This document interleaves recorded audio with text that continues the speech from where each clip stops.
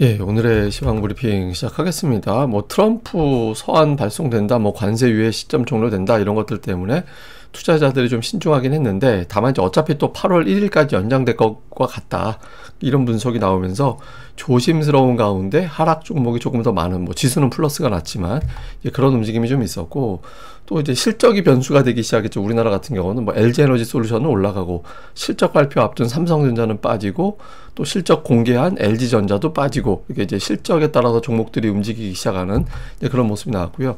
외국인 투자자들은 오늘 매도했는데 그 업종이 특정 업종에 좀 집중됐어요. 뭐 전기전자 업종 특히 이제 많이 매도했고, 전기가스, 통신 매도하고, 뭐 그 외에 이제 매수한 업종이 더 많아서 외국인 투자자들은 오늘 그냥 좀 뭐 종목별로 달랐다 이 정도로 보면 될 것 같고요. 그리고 이제 시장 상황, 뉴스들이 좀 불안정한 상태가 되다 보니까, 그러니까 이전에 강했던 종목군들, 뭐 조방원이나 그 다음에 뭐 인터넷주들, 뭐 스테이블 코인 관련된 종목들이라든가 이런 종목군들이 선별적으로 움직이는 이제 그런 모습을 보인 게 특징이었습니다. 또 오늘 아시아에서 대부분 약했거든요. 관세 때문에 좀 약한 모습을 보였는데, 우리나라가 좀 유난하게 올라갔어요. 이제 상대적으로 좀 강했죠.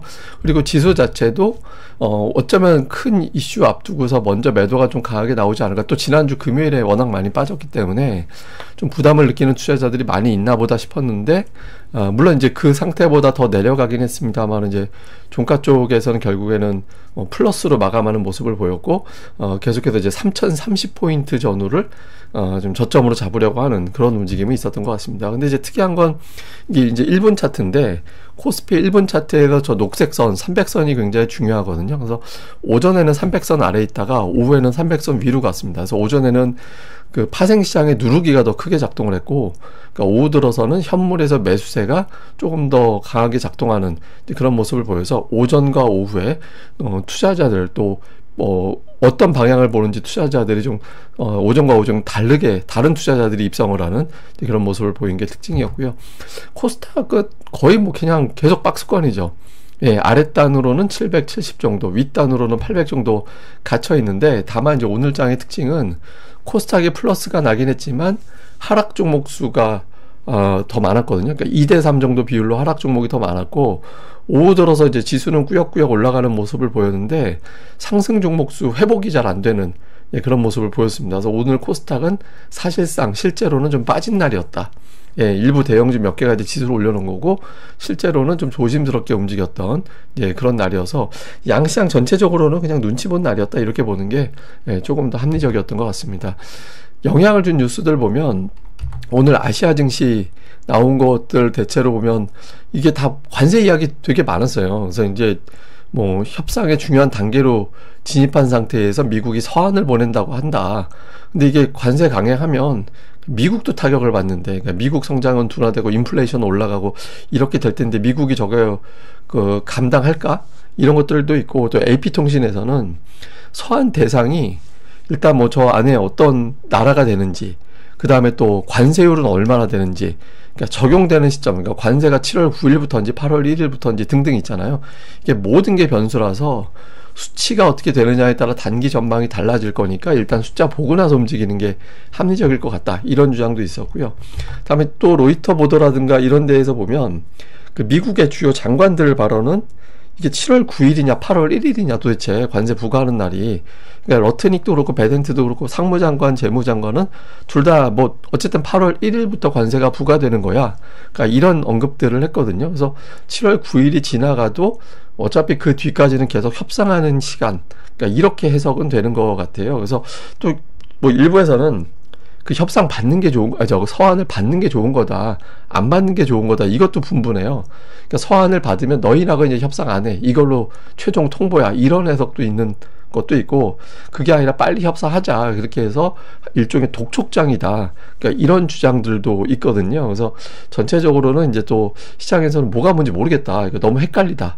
그래서 일단 돌아가는 거, 7월 9일 미국에서 협상을 통보하는 나라가 어디가 되는지, 그 다음에 관세율은 어떻게 작용이 되는 건지, 이거 보고 나서 움직여야 될 것 같다라고 해서 오늘 시장이, 아시아 증시는 다 빠지고 우리 증시도 하락 종목 수가 더 많은 그런 결과가 나왔던 것 같습니다. 근데 이제 또 종목들이 영향을 많이 준 날이었어요. 오늘 이제 LG에너지솔루션은 플러스가 났죠. 그러니까 뭐 많이 올라간 거 아니라 또 이제 결과적으로는 음봉이라서 영향력이 축소되긴 했지만 실적 공개하고 나서 어쨌든 플러스가 나면서 오전에 지수에 영향을 주는 그런 모습이었고, 그다음에 LG전자는 또 예상치 하회하는 그런 결과가 나오면서 이 두 종목이 보면 121선에서 다 걸려 있어요.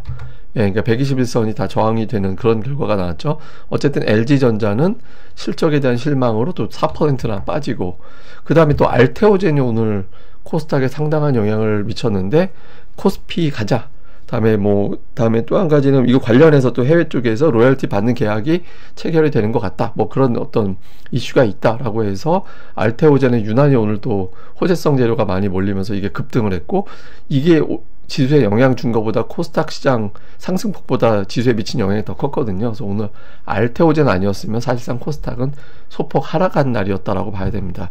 그 외에 이제 특징주는 기존의 강세 종목군들, 뭐 조선, 방산, 뭐 스테이블 코인 관련된 종목군들 뭐 이런 것들이 이제 올라가면서 이제 시장에서 상대적으로 더 강한, 그러니까 뭐 시황이 불안할 땐 이런 종목들이 올라가는 거였어요. 그러니까 최근에 보면 뭐 주식시장이 좀 이상하다, 뭐 관세 때문에 걱정된다, 그럴 때 조방원이 올랐었잖아요. 그러니까 오늘 그런 현상이 다시 또 재현되는 그런 모습이 있었고, 계속 올라가는 종목군들, 뭐 파라다이스 같은 카지노 관련된 뭐 업황은 좋아지는 것 같다, 이런 분석 나오면서 꾸준하게 계속 올라가기만 하는 그런 패턴이었고, 그 다음에 지난주에 급등을 했던 상법 개정 이후에 이게 가스요금 올리는 그 주주들이 이제 주장을 해서 가스요금 올릴지도 몰라, 뭐 이런 분석이 나오면서 올라갔잖아요. 근데 반면에 이게 원래 올리는 구조가 이게 주주들 원한다고 올릴 수 있는 건 또 아니죠. 실제로 구도를 보면. 근데 또 정말 그런가 보다라고 해서 오늘은 또 다시 빠지고, 그러니까 이렇게 좀 갈려서 지난주에 강했던 종목은 빠지고 지난주에 약했던 종목은 올라가고,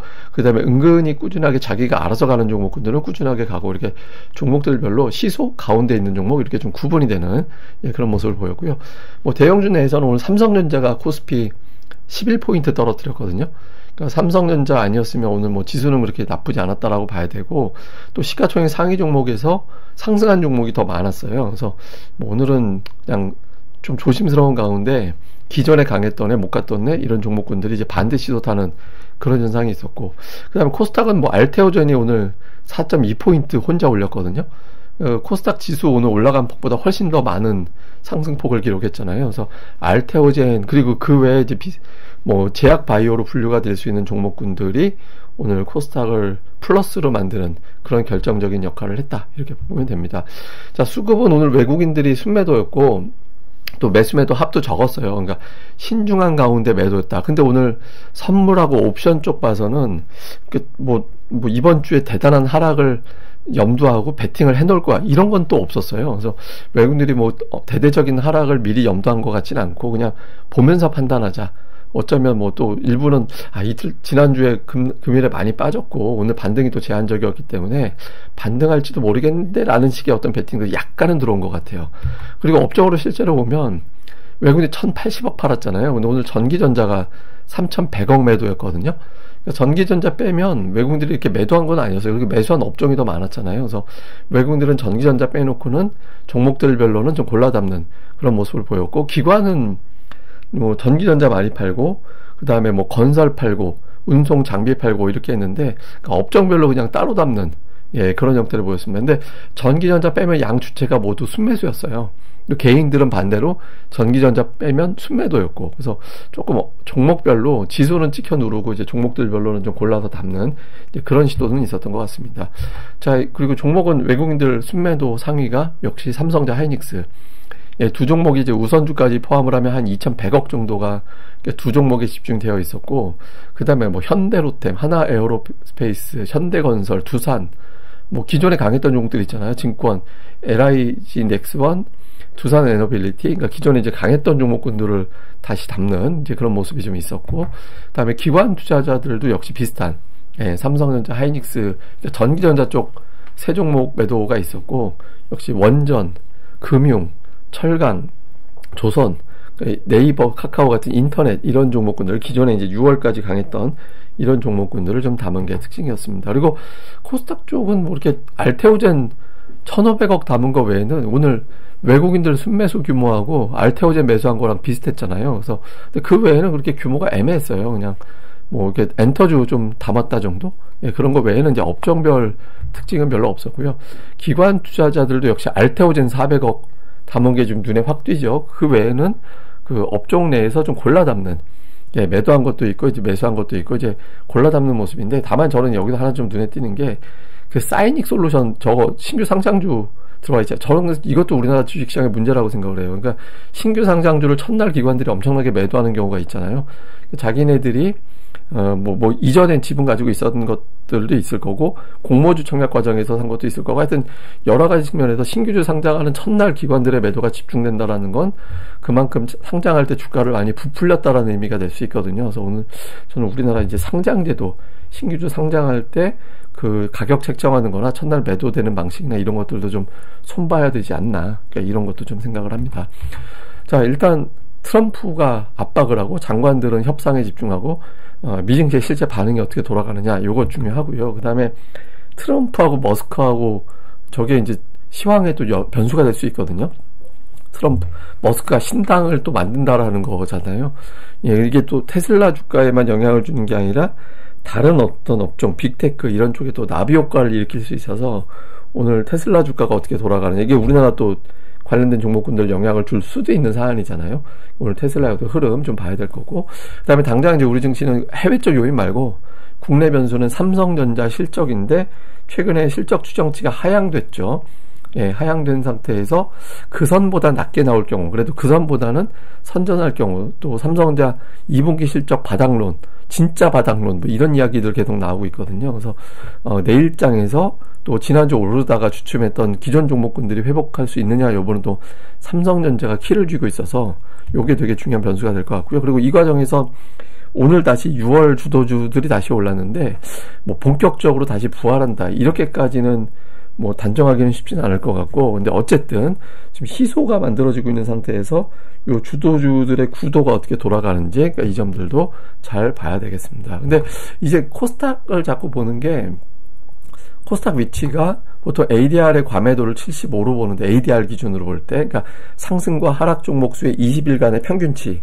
근데 이게 이제 75 이렇게 나오면 한 최근 20일 동안 계속 하락 종목이 많았구나. 보통 그 정도 나오면 과매도로 보게 되거든요. 근데 아직 딱 그 단계는 아닌데 거의 근접해 가고 있어요. 그래서 세게 맞으면 한 방, 자잘하게 맞으면 한 3, 4일 정도 되면 그 구간으로 넘어가게 되고, 물론 이제 그 이하로 더 빠진 경우도 수두룩하기 때문에 그게 반드시 저점이 될 거다, 이렇게 이제 장담은 못 하는데, 이제 만약에 좀 흘러내린다라면 지금부터는 좀 코스닥 쪽을 조금 봐야 된다. 다만 예탁금이 지금 늘지 않고 있거든요. 예탁금이 초반에 늘어서 제가 70조 넘어갔다 이렇게 말씀드렸고, 근데 이게 늘어나는 게 월말 월초에 자금이 들어왔다 빠져나가는 그런 변수가 있어서 그거를 좀 제외하고 봐야 되고, 그거 제외되려면 한 닷새 정도 걸리기 때문에 5일자로 찍히는 것부터 봐야 된다. 근데 일단은 지금은 확 들어오던 거는 좀 주춤한 것 같아요. 예, 주춤한 것 같거든요. 그래서 이거는 며칠 후에 다시 들어오는지는 봐야 될 거고, 특히 부동산 정책이라든가 이런 것들이 어떤 영향을 주는지는 이제 5일 넘어가면서부터 봐야 되거든요.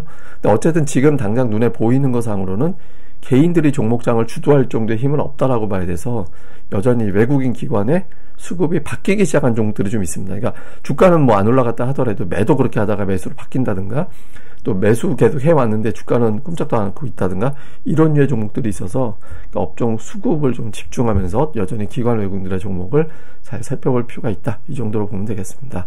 예, 뭐 또 자세한 건 다음에 내용을 또 정리해서 전달해 드리도록 하겠습니다. 예, 오늘 하루 또 잘 보내시고요. 저는 또 다음에 뵙겠습니다. 이 방송 구독하기, 좋아요, 예, 꼭 부탁드립니다. 감사합니다.